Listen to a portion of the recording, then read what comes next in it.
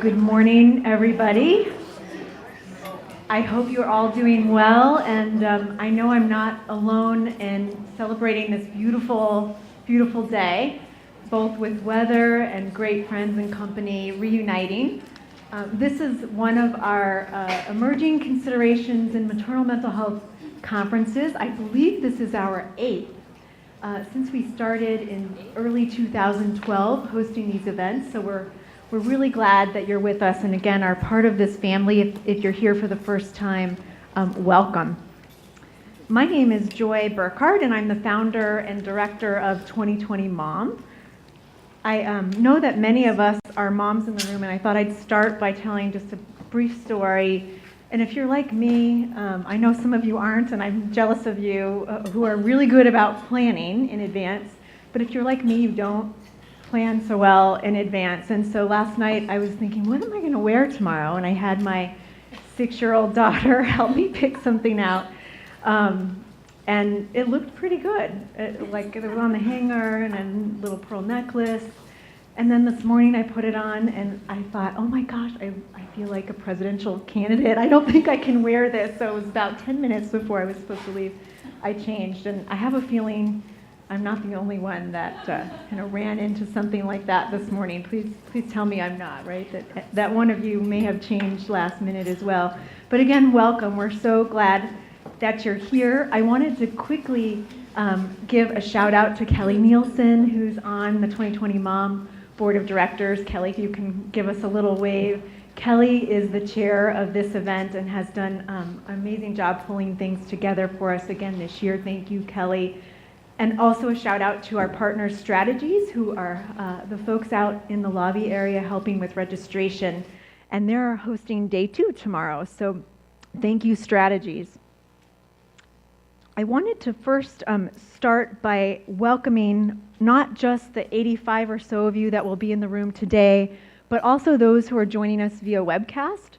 We have about 150 individuals that are joining us from their own PCs from throughout the United States today, so welcome all of you. And we also have several webcast sites that are bringing 20 to 35, 40 people together to host their own event and have their own conversations at lunch, their own networking opportunities, etc. And I want to give a shout out to those sites. Back with us again from Denver is the Colorado Department of Public Health. We also have the Central California Perinatal Mental Health Collaborative in Fresno. Hi, Stephanie and team. We also have the Psychotherapy and Healing Associates group in Minneapolis. The Central California Alliance for Health in Salinas, California is joining us as well. Empty Arms Bereavement Support in Massachusetts. And then also some students at Columbia University. Welcome to the Teachers College from Columbia. And then finally, a group in Missoula, Montana is joining us this year as well. So welcome all. I wanted to start by introducing myself again just briefly. I'm the founder and director, as I mentioned earlier, of 2020 Mom. I also have the privilege of chairing the National Coalition for Maternal Mental Health that we'll talk a little bit about later this afternoon, that brings together some amazing nonprofits. A few that are in the room are sisters that I will be introducing later. And I work for Cigna Healthcare. So I do this work in my volunteer time and work for Cigna Healthcare, who is a sponsor of today's event. So thank you, Cigna. I'm going to quickly also point out first that in addition to Cigna sponsoring our event today, the March of Dimes is a partner in sponsoring us as a bronze level sponsor today as well. So thank you, March of Dimes. They've given us some of their brochures to make sure that you get a chance to take a look at on their focus around postpartum depression. And we also have a great opportunity to be interviewed along with the March of Dimes in an international piece on nonprofit work. Public health work. So we'll be sure to share that with you guys soon. And then one more round of introductions. I wanted to give a shout out to our Inner Circle supporters, both Terry Wahlberg and Diana Barnes, if you guys can give us a wave. And then, of course, several members of our board of directors have also chosen to support our work through an annual or monthly contribution. So we are really appreciative of that support. Thank you so much. All right.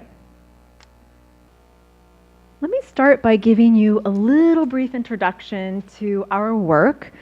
Some of you have been following us for quite some time, and I wanted to share that we started out as the California Maternal Mental Health Collaborative, and we were formed in 2011 at the urging of the legislature here in California through a resolution, an ACR, Assembly Concurrent Resolution called ACR 105, and it called for the formation of a collaborative to pull together various stakeholders like all of you, insurance companies, hospitals, others, to really understand what's going on and what should we be doing to tackle this important issue in California.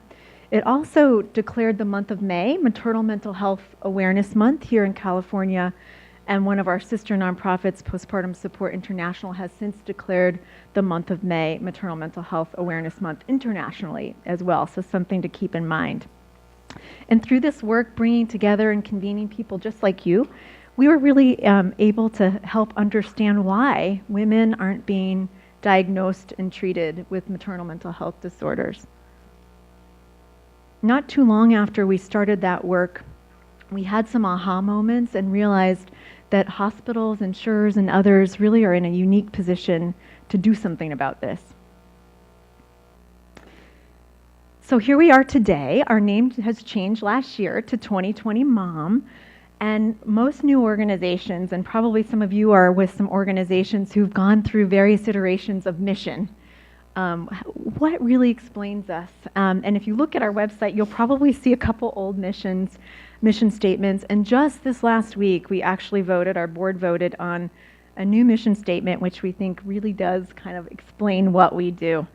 And you can see here on the screen, it's to close gaps in maternal mental health care through education, collaboration, and advocacy.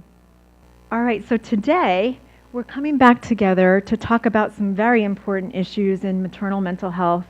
This morning, we have the pleasure of hearing about birth loss, miscarriage, and really a great focus on stillbirth this morning, which, as you can imagine, is very gut-wrenching. And we have some fabulous speakers that are going to be talking and sharing their stories.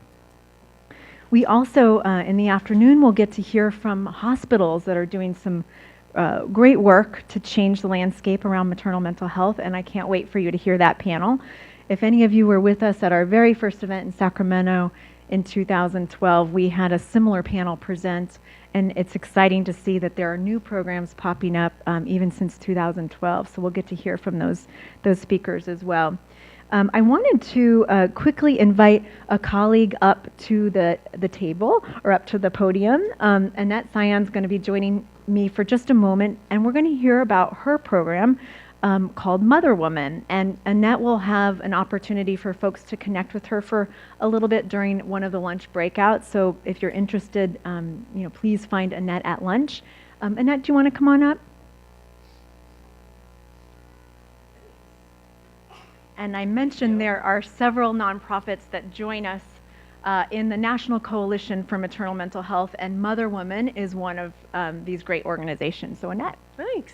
Well, I also had the problem with the outfit because I live in New England and it's January, so we just cover ourselves from head to toe. Like, you go to conferences and, it's cold. So I'm like, in Southern California, everyone says layer. I'm like, what does that mean, layer? It's 45 in the morning, it's 75 at night. Is it capris and sandals? Is it boots? I was completely confused. So I brought all my clothes with me. I brought everything with me, and I have no idea what I'm going to wear. So just full disclosure on the outfit issue. So I'm the founder of an organization called Mother Woman, which I started when my own children were very young, 25 years ago. And it's based on the basic premise that women are powerful, and that when women experience motherhood, we become superpowers. Because not only is our own existence changing the world, but our existence changes the world for futures to come, for generations to come, for people we will never meet and faces we will never see. In the same way that we're influenced by grandmothers and great-grandmothers whose names we don't remember but whose blood flows through us. Similarly, when we experience motherhood, that happens because it's all of it. It's the most richest human experience there is, from the highest highs to the lowest lows. And the sad thing is, the unfortunate thing is, or the irony is that although we become superpowers, the experience of motherhood itself sucks the superpower out of us. And we are left depressed and despairing and wondering if we can, live another day. And the experience of losing a baby that you crave and long for is the most draining, exhausting. It sucks that life force out of us even more. And still, that experience of motherhood is transformative. It's almost shamanic. I mean, if you think about what we can do with that light and the dark side, that paradox of that we live every single day. And so we believe in the experience of motherhood as being the most transformative power that any person can feel. And so we create spaces where women can talk about the reality of their experience, from the heartbreak to the triumph. So if anyone would like to join me at a lunch table, I'm going to run a mother-woman group for anyone who, given the nature of what we're describing, is very raw or real or touching or powerful for you. I'm going to be here, and we're going to do a mother-woman group. If anybody's curious about what that looks like, please come and find me. Thank you. Great, thank you. Well, now I have the pleasure to get to introduce a mom. We had a wise man tell us at our very first event, a wise man actually from Denver, Colorado, for those of you joining us in Colorado, who said, always start with a mom's story. Always start with a mom's story to frame why you're coming together and why people should care. And I have the pleasure of introducing Kiley Hanish, who's with us today. She and her husband are creators of the Emmy-nominated film Return to Zero, featuring Minnie Driver. We'll all have the opportunity to watch the film later today. She also is the founder of Return to Zero, the Center for Healing, and is doing some incredible work for mothers who've experienced stillbirth. And I know we're going to hear a little bit about that work as well. She previously was an assistant professor of occupational therapy at USC, and we have the great pleasure of having Kiley serve on the board of 2020 Mom as of this summer as well. And Kiley, we're so excited that you're here with us for so many reasons, and that you're willing to share your story with us this morning. Come on up.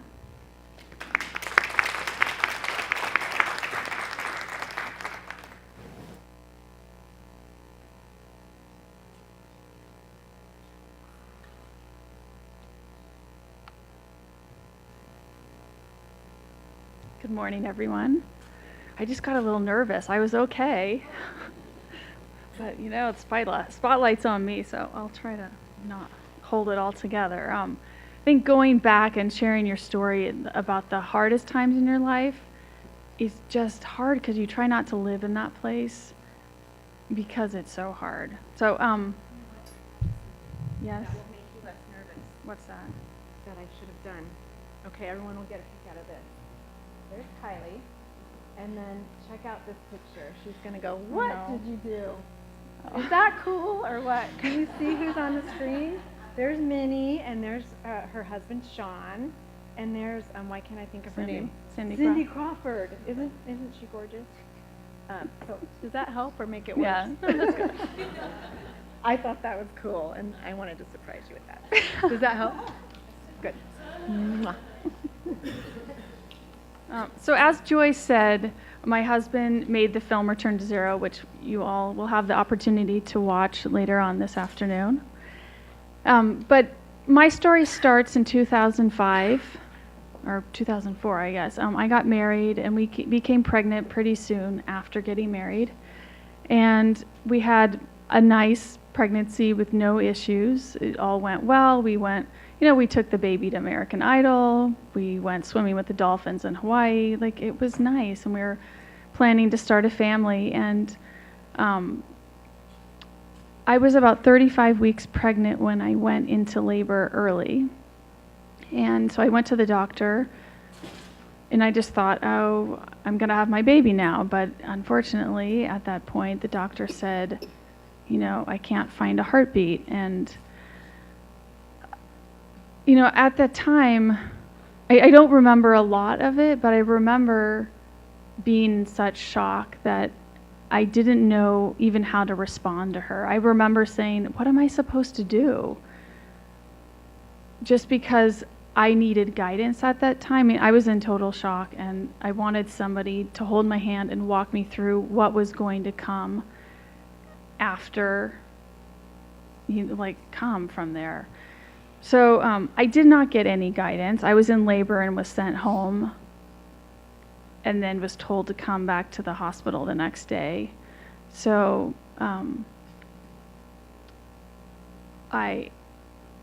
in addition, I went to the hospital, and I had this vision for this perfect, unmedicated, natural, beautiful birth.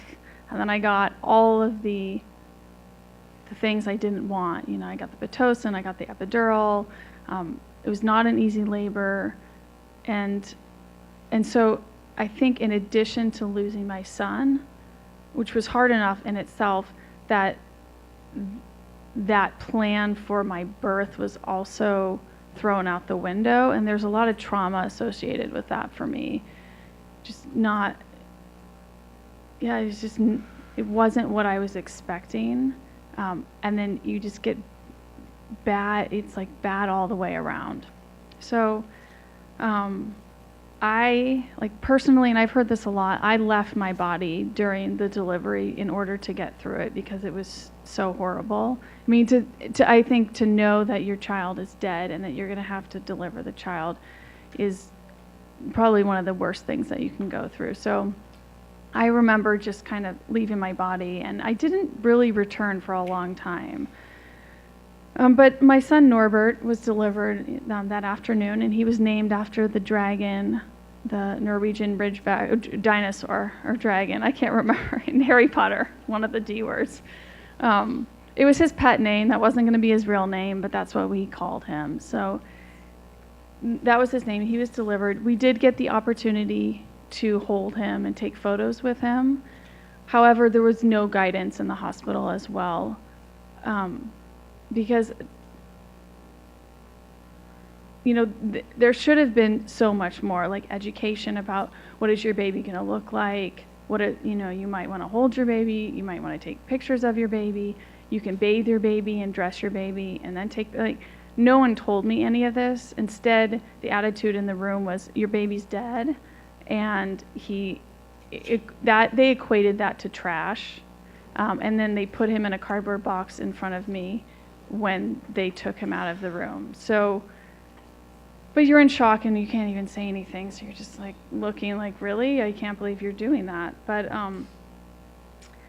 so one thing I've done, and this is kind of breaking out of my linear story, but with Dr. Ivy Margulies, we created these bereavement cards that are out on the table out there, and they're something that I would have wanted when I was in the hospital. It's a bullet point list of things to consider that have been helpful to other parents when you're in the middle of this situation.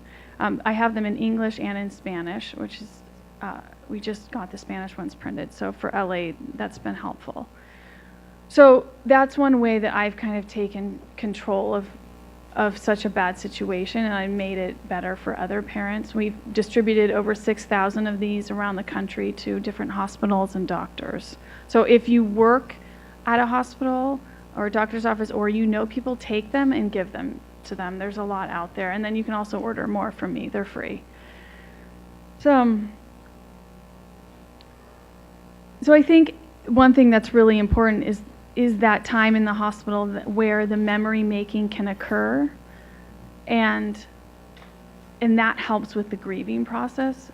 because you have these memories and that your baby was actually real, and you name them, you hold them. And so I have a photo, and I'm happy for that. I mean, other people have had it much worse. So, but it wasn't the greatest care that I received, and I'm hoping that other people receive better care.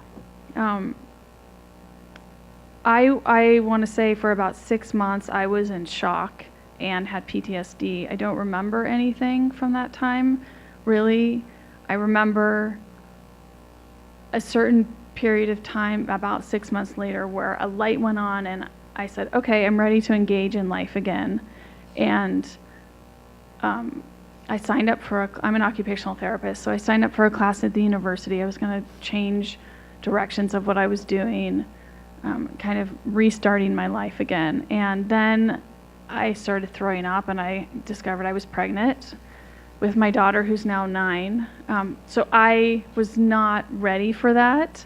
I mean, my mom kept telling me, you should get pregnant because it'll make it all better. But the baby that has died will never be replaced by another baby. And so I remember there's a lot of unresolved grief because I didn't do any work on myself in that time. So I was in shock, and then I had to be through a pregnancy. And a pregnancy after a loss is its own can of worms, where you're super, super anxious. And if you lose a baby at the end, there isn't a certain week that you can hold on to. If I just get past this week, everything's okay. Because for me, I had to get through the whole pregnancy. And I didn't truly believe that at the end there would be a live baby. And, my coping mechanism was, if I don't get attached to the baby, then if the baby dies, then it won't be quite as bad. So that's how I handled it. So I'm grateful for the education that's out there now being done for pregnancy after loss, just letting moms know that they're not crazy for the way that they're thinking and feeling. That's really important. But my daughter was indeed born. Her name is Roxy. And when she was born, it was very complicated, the emotions involved. Like there was joy that she was born. However, at the same time, there was all that grief that I kind of shoved down that came up. And you'll see in the movie, it's kind of one of the sadder points of the movie where I have my new baby, and you're just asking, where is the joy in that? Because I felt pretty numb and overwhelmed with the grief that came up. So it was a really complicated time. And and then I ended up having, so I guess if you know or don't know this, so if you've experienced a loss, your chances of having a postpartum mood and anxiety disorder are much greater. So I had postpartum anxiety very, very badly, but undiagnosed for 10 years and 2 children. And so basically I didn't sleep through the night for 10 years. I just had major, in addition to other things, but sleeping problems. But, I think that the therapists that I saw didn't know about loss, didn't know about motherhood really. And it was a rough time. So when I sought out help, the right people weren't there who were trained to help me. So it's been a rough ride. I had another baby. I waited 5 more years after my daughter was born and had a son. His name is Cannon, and he's 3 now. And the pregnancy was less terrifying, but I still didn't get attached to him as well. My doula. So I got to plan my natural birth again, and it was beautiful. But she's, was 8 months pregnant. She's like, "You're going to have a baby." I said, "You don't know that." So it doesn't go away. You just know that bad things can happen. But recently, I will say, I've gotten, I've found people to help me with my PTSD and my postpartum anxiety, which has been helpful. And then also that's been really healing for me is sharing my story through the film and through different outlets like that, being able to tell people my story so that they feel less alone. Because I know that for me, hearing other people's stories made me feel like I was less crazy. Because you have crazy thoughts, but they're not crazy if you're in this subgroup of people and you're like, you can laugh about it actually. So that's been helpful. I've also started the Return to Zero Center for Healing, which I'm really proud of. There's postcards out there. I'm doing yoga after loss in Silver Lake. We do it once a month, and it's just it's not really a support group per se, like talking, but just being able to do yoga in a really safe environment where we can honor ourselves and our babies.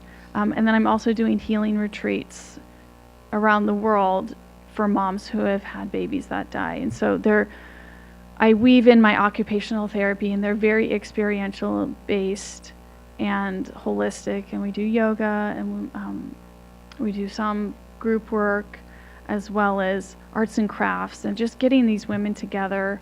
They can be like in a community of women who've been through something similar and really make these connections in person, not on Facebook, but they can be together and build relationships. They can go home and support each other. And then also allowing them the safe environment where they can connect with their babies.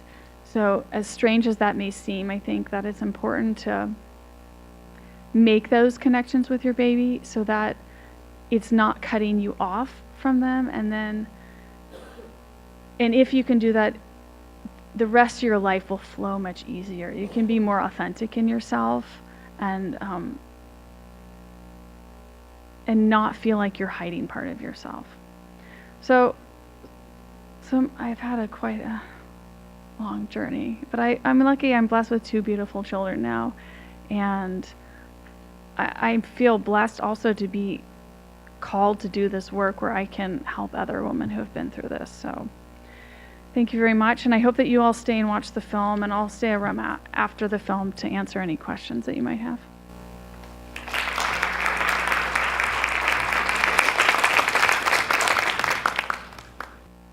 Thank you so much for sharing your story. And she's laughing a little bit because we're going to give her a t-shirt from one of our fundraising events for her sharing your story with us today. And you were with us at the event last year, and that's where we connected and decided she needed to be on our board. So it is valuable. Thank you. Because of Kiley's leadership in this space, it's opened our minds to this issue, which so many of us, of course, know about, but haven't spent enough time addressing. And so we're just thrilled, Kiley, that you're helping all of us to do this important work in meaningful ways as well. So thank you so much.